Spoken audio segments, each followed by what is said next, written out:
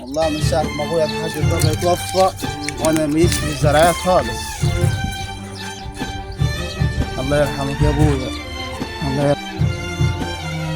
لا والله ما عارف، مش عارف ادي حقي، ادي من الزراعات دولت لولاد عمي ولا ما اديهمش، وانا مش عارف دلوقتي هم ناويين لي عليها. والله العظيم ربنا يسترها. قاعد في الزراعات.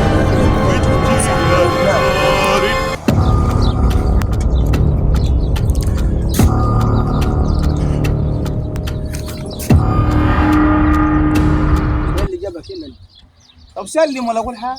اسلم ازاي؟ سلم عليا ولا اقول حاجه، احنا ولاد عم. سلم. انت من ساعه ما ابوك مات ما حدش شاف وشك هنا.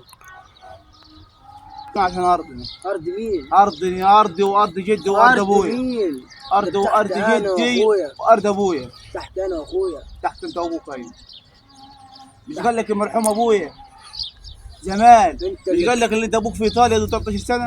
انت اللي كان كل حاجه ديتي كل اللي كان بيحميك مات. ربنا ولا حاجه وبعد كده ابويا. خلاص انا حامل ربنا بعد كده ابويا. مع ربك بالكل يا ابني. انا ياما قلت لك انت وحداني على 5 بنات. برضه نخش في معيار تاني، كله ده عشان خاطر ورث.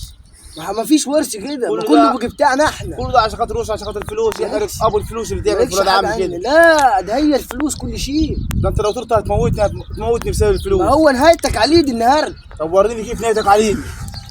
انا قلت لك نهايتك عليد. انت مسجني عم مسجن عشان خاطر الفلوس. انا مش قلت لك نهايتك عليه دي؟ اللي زيك انت وابوك ما ينفعش يعيش معانا ولا وسطينا. لا لا حرام حرام.